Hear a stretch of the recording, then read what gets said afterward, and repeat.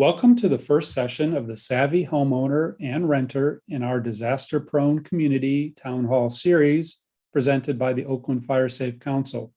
Thank you for joining us. Session 1 is titled, The City of Oakland Prepares for the 2021 Fire Season. The first presentation will be from Nick Luby, Deputy Chief of the Oakland Fire Department. However, his presentation has no audio. This will be followed by Joe DeVries, Director of Interdepartmental Operations for the City of Oakland, as he presents Oakland's citywide focus on wildfire prevention. Again, thank you for joining us this evening.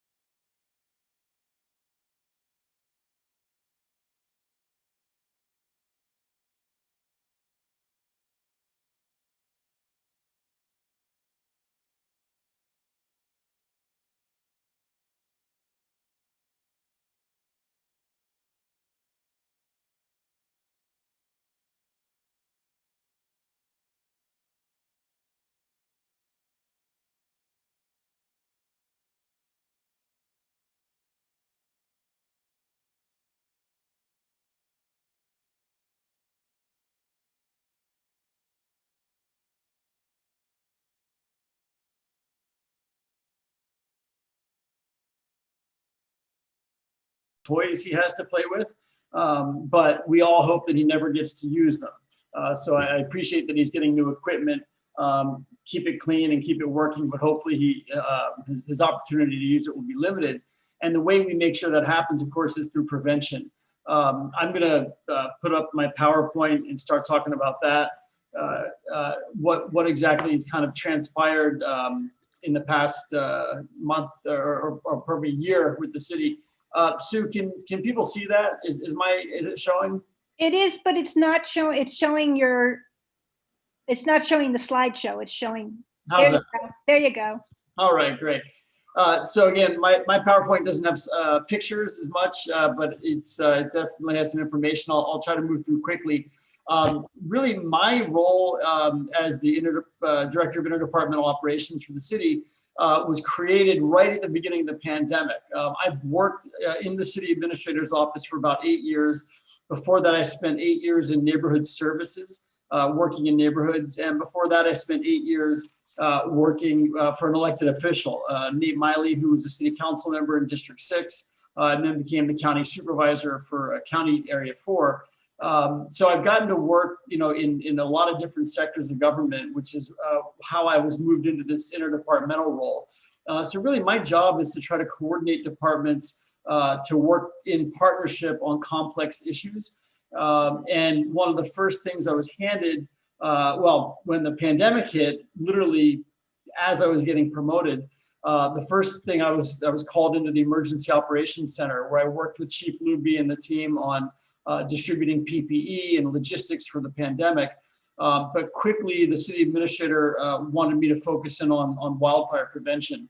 The city administrator's direction came from the city council. And so I want to really say hats off to our city council members, Cal and Tao, who represent the majority of the Hill area. They introduced resolution number 87940 last December 2019, declaring wildfire prevention a top priority for the city. And the memo or the resolution asked three pretty broad questions of how will city departments address wildfire prevention, what will wildfire prevention plans include, and will wildfire prevention be addressed in the city's general plan? Within those three questions, there were a lot of sub-questions that the council was demanding answers on. And it became pretty clear just in reading the resolution that the council wanted to see this citywide approach, that we can't leave wildfire prevention up to the fire department. It's not fair, it's not responsible, and it's not possible for them to do a job that really requires the entire city. And so because of that council directive, we created the Wildfire Prevention Working Group. And I have the honor of getting to lead that group. I'm going to talk today just briefly about what each department's role is in that group. And I think what's most important, the takeaway for you as residents, is just to see that it is a functioning team, that we've got someone on first, we've got someone on second, we've got a pitcher, and that we're all part of that team. And then in the end, what I want to say is that you as the community, you're on the team too.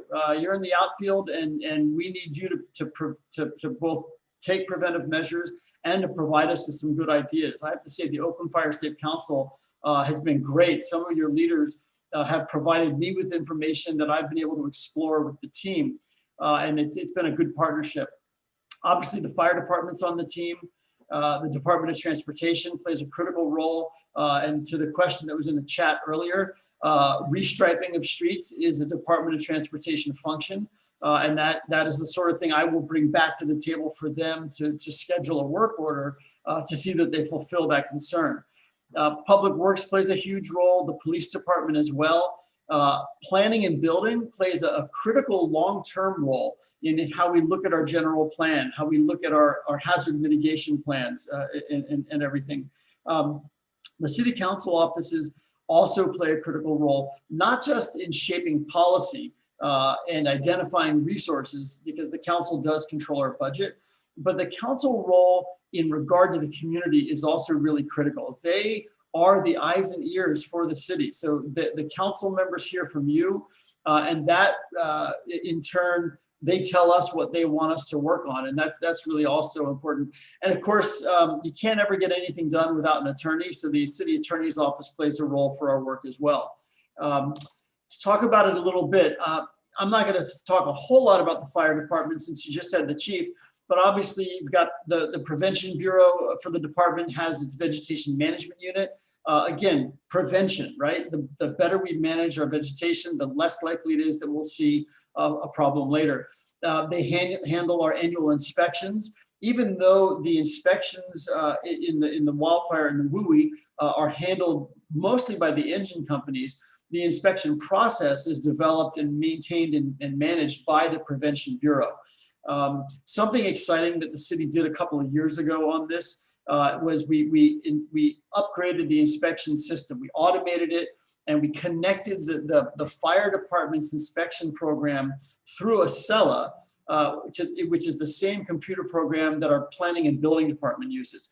And this came out of the warehouse fire, the ghost ship fire that everyone remembers. We were asked to look, started a fire safety task force after that tragic event. And we looked at what was wrong in our systems or where were there gaps. And one thing we found was that the planning and building department was using Acela, the system that can look at and catalog everything that happens on a private property. So every building permit you take out, anytime there's a violation, anytime there's a complaint on your property, it's connected to the county assessor's office. But our fire department, our prevention bureau, was on a system called One Step. And I've talked to some firefighters who like to refer to it as 50 steps because it was kind of an outdated computer system. So what we did a few years ago, we invested in bringing the fire department into the Acela program as well. So now your building inspector and your fire inspector are using the same computer program, the same database, so that when they enter something about your property, they can share that record. The other good thing about Acela is instead of having engine companies using clipboards and notepads to inspect your property, they're using iPads, and they're able to take those tablets into the field, enter the information about property in real time. It gets uploaded to the system immediately. They can also take a picture of what they've inspected. And what this has done is it's sped up the inspection process and it's made it more sound. That's something I'm really excited about because I get to be on the front end of it. The other really critical part for the Prevention Bureau is public education. And I think really public education is for everybody. Under the operations side, as the chief talked about, they're obviously the ones to respond. They conduct a lot of patrolling during red flag days and obviously planning the evacuation routes.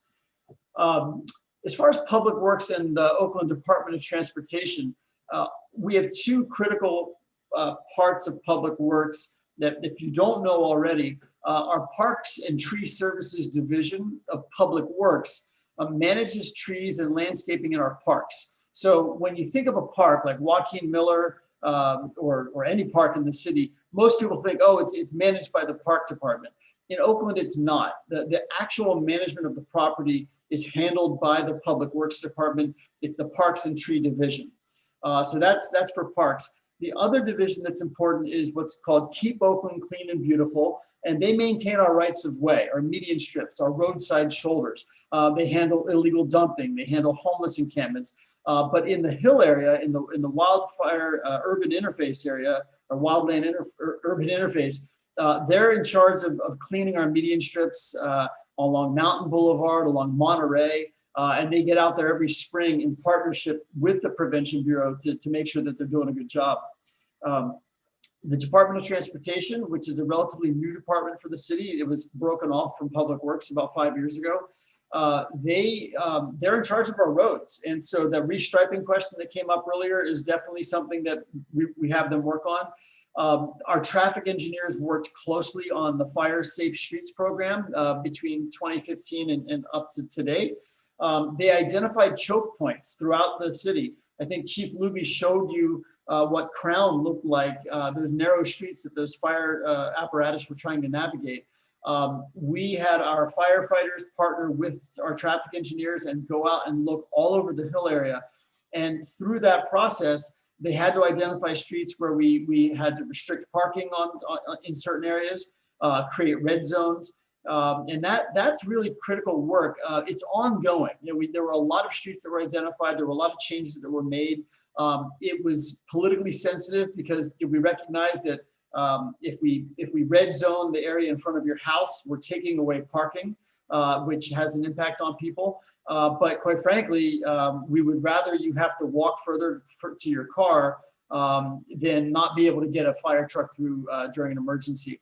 A lot of people complained about the narrowness or about how much space we were providing for fire engines, rigs. What people don't realize is that we need a lot of space on either side of the rig for the firefighters to do their work. So that was a real important learning process for our DOT team in working with our firefighters. DOT also handles enforcement. So once we've created these parking restrictions, it's up to the DOT to send parking technicians to enforce them. And if you call about somebody who's blocking the roadway, they try to deploy someone as quickly as possible. They also do proactive deployment during our red flag days. And this past summer, during some of the red flag days when we had parking enforcement out, the reports that we got back was that overwhelmingly people were obeying the parking restrictions. Not every street, but the number of tickets that they issued went down considerably from the year before because people are paying attention. Last, with the Department of Transportation, we bring these engineers to the table to provide us with solutions. The Grizzly Peak Turnout closures is an example of that. For those who don't know, this summer, we were very concerned about the repeated number of fires and gatherings on Grizzly Peak. We do know it's still happening. It's not a perfect system, but we worked with our engineers to figure out how we can close down those turnouts. And then we partnered with UC Berkeley and our tree division, our public works tree division, to place logs at a lot of these turnouts to limit the crowds. We know it's not 100% foolproof, but we drastically reduced the number of people that were gathering. Another example of what the engineers can do, for those of you who are further east in Oakland are going to see it in the next few weeks at Keller and Skyline. We've had a significant problem with sideshow activity and large gatherings. Now, we'll be implementing some traffic controls at that intersection to make it, I don't want to say donut proof, but it should, once again, greatly reduce the activity up there by putting in delineators and medians and blocking things off. So that's kind of the role of DOT and Public Works. For planning and building, this is the long-term work. This is the marathon part of fire prevention that is being done. For those who don't know, we have a vegetation management plan that we've been developing for a number of years. It's currently in its draft EIR stage. You can go to the link that I've posted on here, and I know Sue will save this for people later, afterwards. The EIR is basically explaining, or the plan is explaining how we will maintain the city property, our public land, in regard to vegetation. It's a big document. It's still in draft. The comment period ended a week ago on the draft EIR, but you can expect a new draft to come out that the consultants are working on. The other thing that we're working on right now is our local hazard mitigation plan. And there's a link to that website as well. If you go to that website, there is a survey that you can fill out. It's in 4 languages, so it's really accessible. And we are asking the community to fill out that survey to tell us what your hazard concerns are. And the closing date on that is February 16th. So you have some time to fill that out. So that's another thing that planning is really taking a central role in. An ADU ordinance. Right now, the planning department is working on an ordinance to bring forward to council that will further restrict ADUs in the very high fire severity zone. And I just realized I'm using an acronym. ADU stands for an auxiliary dwelling unit, also known as an in-law unit. During the housing crisis that we're in, cities across the state and the state itself is really promoting infill development and increasing density. So we have a lot of properties in Oakland where you've got a house on a lot. There's plenty of room for another unit. And one of the ways in which we will get out of the housing crisis is by building more dense and by adding units to these properties that are underutilized to provide more housing stock. However, that concept is in direct conflict with what we know about the Oakland Hills and the very high fire severity zone, in that more dense is more dangerous and is not acceptable. So we're really working carefully to see that we're not allowing ADUs to proliferate in the high fire severity zone while still allowing them in zones that are more appropriate. And that's something our planning department is taking the lead on. Housing element and safety, the housing and safety element of the general plan will be updated by December of 2022. We have our general plan will be updated in the next couple of years. And in that plan, and one of the reasons we make sure that we have planning staff at the Wildfire Prevention Working Group table is so that they are constantly being reminded of what the fire department is working on and doing, so that they take that knowledge back into these plans. And that's what's really critical about this coordinated effort. And then last, what I'll say about that is tracking legislation. We want to make sure our lobbyist is at the state level advocating on our behalf, and our planners are really good at following that. Actually, a lot of your community members are good at that as well. Nick Vigilante, who's on the call, recently reminded me that we had this loss of cell phone coverage in the Oakland Hills during the PSPS events. There is a Senate bill right now that's trying to address that would require cell phone companies to have 3 days worth of backup power on their cell towers. The telecommunications industry is going to fight that, but the California League of Cities is going to fight for it. And we try to link our staff's expertise to that lobbying effort in Sacramento. That's a really critical role for our planners. The police department is not the first department people think of when they think of wildfire prevention. They do monitor a fireworks tip line. They are our interagency lead for special operations. So for example, we closed Grizzly Peak on the red flag day. We closed Joaquin Miller Park on red flag days. OPD does play a role there. I think everyone knows that as we reimagine public safety after this summer in the wake of the George Floyd killing, our police officers are very circumspect about how they conduct enforcement. They don't want to do it with a heavy hand, but they also recognize that their presence will encourage people to behave more appropriately. And they've put in a lot of work on Grizzly Peak over the summer and on red flag days. Our community resource officers that are assigned to our beats can launch special projects in regard to wildfire prevention. But we also have our neighborhood service coordinators, and they have an asterisk. Our neighborhood service coordinators support our neighborhood councils. They conduct public education. They liaise with other departments. They were recently moved into the city administrator's office actually 1 week ago or 2 weeks ago. And now the neighborhood service coordinators are under my management. But what that means is they can take a broader approach to their work. So I expect that our neighborhood service coordinators that work in the Hills will be focused even more on wildfire prevention than just on crime, because that is the number one concern in the Hills. We have a lot of partnerships with outside agencies. Obviously, the East Bay Regional Park District is a huge landowner that borders Oakland. Caltrans is the largest landowner in Oakland. UC Berkeley, the Lawrence Hall of Science, PG&E, East Bay Mud, they're all critical partners in wildfire prevention.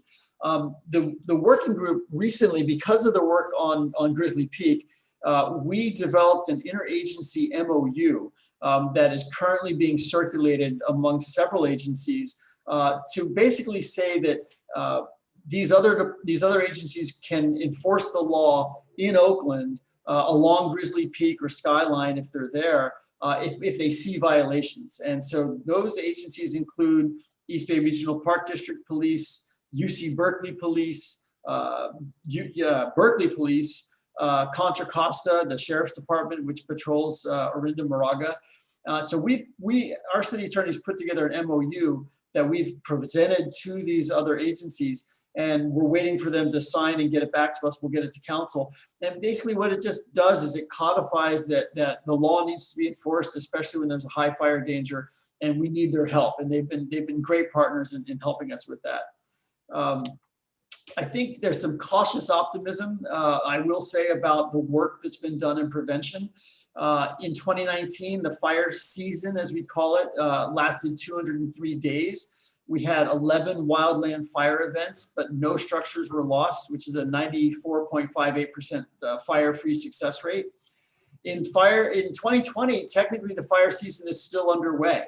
We have not had enough water to declare an end to the fire season, which really the fire season never ends. We just move out of a severity time. We did, as the chief mentioned earlier, lose 2 structures during the PSPS due to a faulty generator.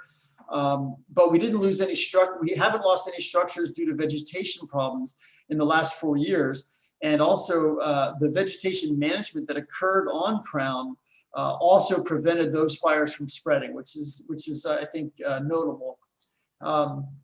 I think what's critical in wildfire prevention is communication and education. And I think that the survey that Sue put up at the beginning really underlines that. Of course, the chief talked about zone haven and evacuation planning. The fire department is revamping and restarting its Citizens of Oakland Responding to Emergencies, or CORE program. It may get a different name, but they just brought new staff on during the pandemic to bring that program back. I think, as the chief said, getting on the city's website, getting on Nixle, Nextdoor. I think the most important, as he said, is AC alerts. So I put the login information on there for you for AC alerts. I get AC alerts. It makes me feel good to know that I have it.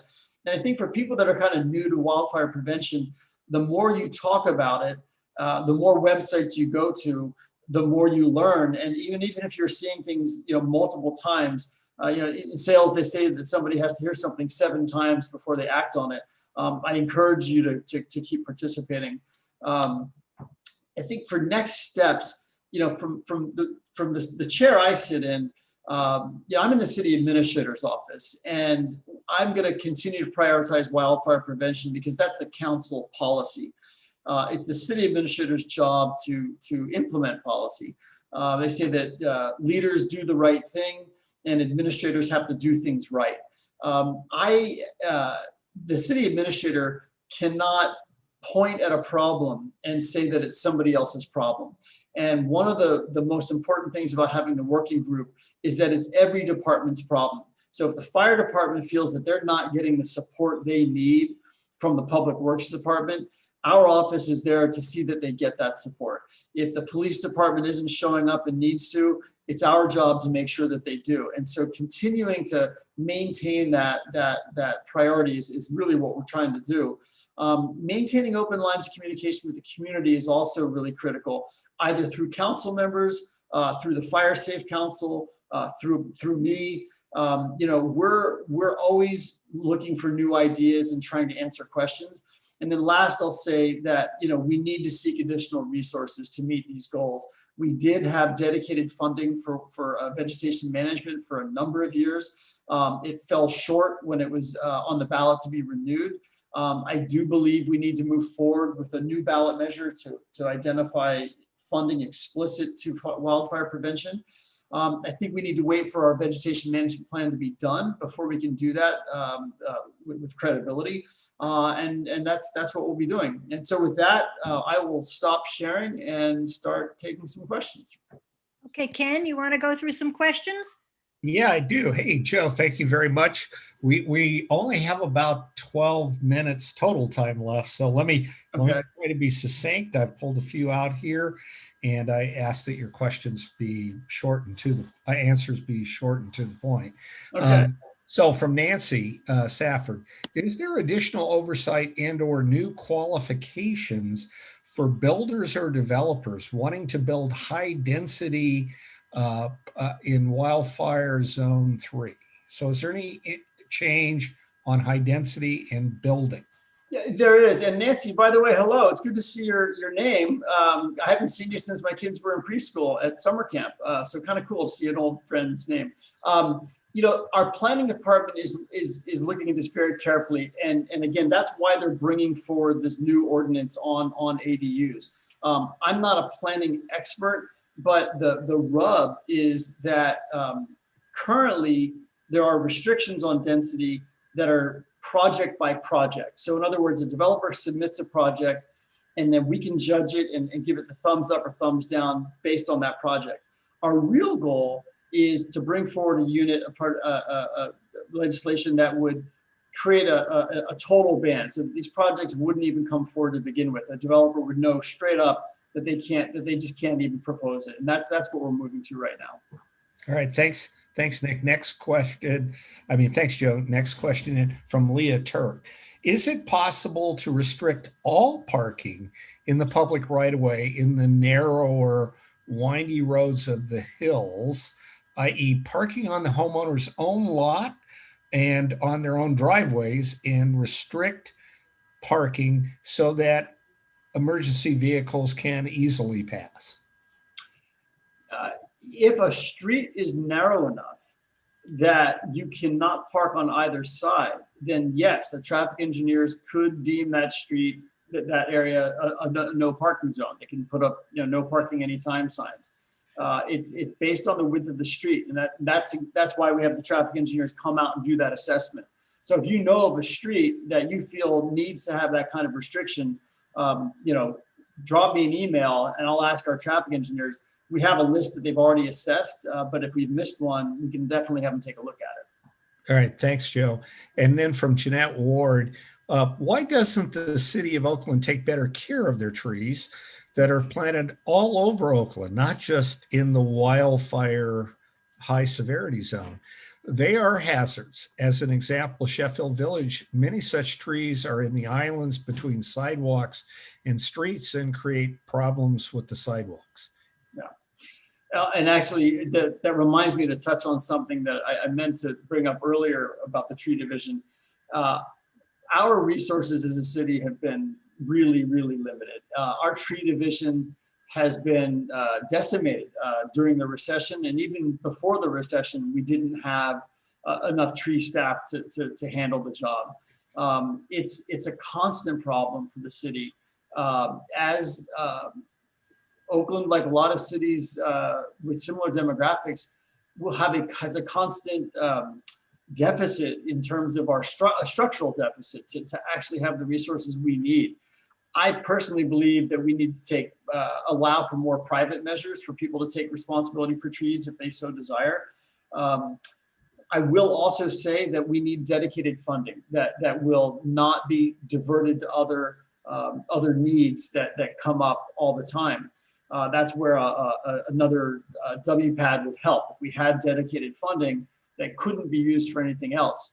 I believe we will need regional dedicated funding to deal with the die-off that is happening right now. And for those who haven't seen it, our tree division, it's the #1 agenda item at our last Wildfire Prevention Working Group meeting. There is a major die-off happening in the region, mostly of non-native trees, black acacias, eucalyptus, but we are seeing native trees get killed as well. The experts believe it's based on the drought, and the drought conditions over 5 years ago weakened trees and made them more susceptible to pathogens.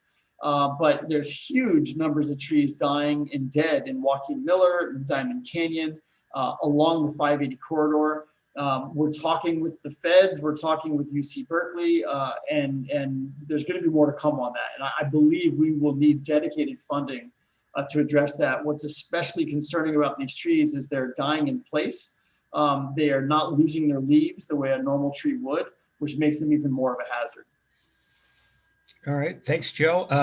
Quickly, from David Thill, what measures are being considered for Grizzly Peak for 2021? Will there be enforcement of parking violations as well as citations for and action on illegal fire activity? Yeah, we expect more operations in 2021 like we had this past summer in 2020. We hope to equip our fire engine companies with parking ticket machine, why can't I say the word for handheld parking ticket devices is something we're considering, so that a DOT can't get up there. If there's an engine, they can issue tickets. We've certainly asked OPD. The MOU that I talked about earlier allows these other agencies to also issue tickets. As far as engineering, we want to strengthen the turnout blockades that we've created thus far. There's some more work to be done. Of course, the city is, and I saw somebody posted earlier, the city is in a $62 million deficit in this fiscal year. The numbers look even worse for the next 2 years. And short of a federal stimulus package or a huge rebound in the second half of the year, if in fact the vaccines work, we're looking at some really dark times, worse staffing cuts than we saw during the Great Recession. That said, you know, the hope is we can come up with smarter interventions that require fewer resources, but are still effective. And enforcement is definitely a critical part of that. Thanks, Joe. Real quickly, a couple more before I turn it back to Sue for any closing comments. And I'm sorry, we have like, Joe, you open up the floodgates. There's like 9 to 10 waiting questions, and we could be here till 7:30. I don't mind staying a little late. And I also want to point out, I saw what Sandy Threpall wrote. I know I'm trying to cover too much. I was trying to give a high level, you know, that there are all these moving parts, and we'll try to keep them moving. But anyway, go ahead and keep. Sure. So one of the questions came from Stan Weisner, which probably should have asked before the Grizzly Peak one, because it's more generic, but it implies a similar problem. What is the current minimum clearance distance for parked cars to allow fire engine and emergency vehicle apparatus to pass on streets? I want to say 20 or 22 feet. I'm going to search through my report really quick, and maybe Chief Luby could answer that if he's still on. 20, Joe. What? 20 feet. It is 20. Okay. I wonder if it was 20 or 22. Or less, there's no parking both sides. Yeah. Thanks, Chief. Wonderful. And Sandy, hopefully Joe kind of covered your comment there. Hopefully. Hey, what's the general question? Maybe this is a way to get this back to Sue for wrap up. We don't have PG&E here as part of the panel today, but Joe, since obviously they're one of the agencies that you would need to focus on here in Oakland with wildfire prevention as a priority, what's the best way to get a rep out to neighborhoods to take a look at and respond on assessment on the local infrastructure and how we might be better prepared? Yeah, that's a really sad question. I have to tell you, for anyone who knows the staff at PG&E, we lost a real hero. Tom Garino was one of their government affairs reps, and we all learned over the holidays that he passed away due to COVID. And I have to say he was the nicest guy in the world, and he was extremely responsive to community groups, and a huge loss. And I miss him already. The other interesting development, which is less sad but also functionally important, is that Treva Reed was a government affairs rep with PG&E, and she now is your District 7 representative on the city council. She replaced her father. The good news with that is I think we have an in with PG&E, and I think they'll be extremely responsive to Oakland considering her position. We have had a good working relationship with them. I know I've partnered with them on a lot of projects, and so I don't know who the best person is to talk to at PG&E right now. Again, Treva just started with the city recently. Tom sadly just passed away, but they do have a strong team that's willing to come out and meet with folks. Okay. Hey, Joe, thank you very much. We have way too many questions for the time to permit. I want to thank everybody.